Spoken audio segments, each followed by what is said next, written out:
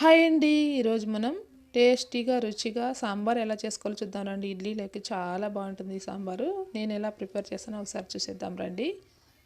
ముందుగా మన ఇంట్లో ఉన్న కూరగాయలన్నీ ఇలా అన్నీ ఒక్కొక్కటిగా కట్ చేశాను. సొరకాయ, కాయలు, క్యారెట్, ఉల్లగడ్డలు అవన్నీ కూడా కట్ చేశాను. ఉప్పు పసుపు వేసి కొద్దిసేపు అలా ఉడకనివ్వాలి. ఒక 10 మినిట్స్ పాటు ఉడికిస్తే చాలు.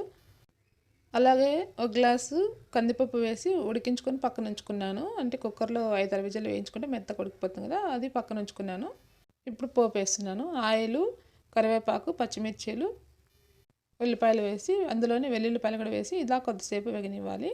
అందులోనే కరివేపాకు, ఎండుమిర్చిలు కూడా వేసి కొద్దిసేపు ఇలా వేగిన తర్వాత బాగా పండిన టమాటాను కూడా ఇప్పుడు ఇందులో వేసుకుందాం. సన్నగా తరిగిన టమాటాను కూడా వేసి బాగా మెత్తగా టమాటా మెత్తగా ఉడికే వరకు ఇలా ఉడికించుకోవాలి. ఇలా మెత్తపడిన తర్వాత మనం ముందుగా ఉడికించుకున్న కూరగాయలను కూడా వేసి ఇలా కలుపుకుందాం.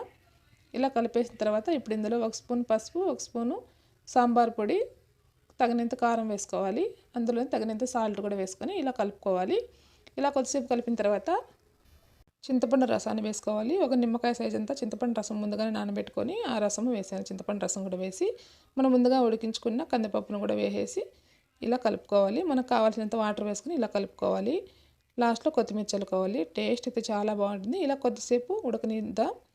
ఇలా కొద్దిసేపు పొంగొచ్చి ఇలా ఉడికిన తర్వాత మూత పెట్టుకొని ఉడికించుకోవాలి. చూడండి ఇలా ఉడికిపోయిన తర్వాత ఇప్పుడు ఇడ్లీలోకి సాంబార్ వేసుకొని తింటే చాలా టేస్ట్గా ఉంటుంది. మీరు కూడా ఒకసారి ట్రై చేయండి. ప్లీజ్ లైక్ చేసి సబ్స్క్రైబ్ చేసుకోండి.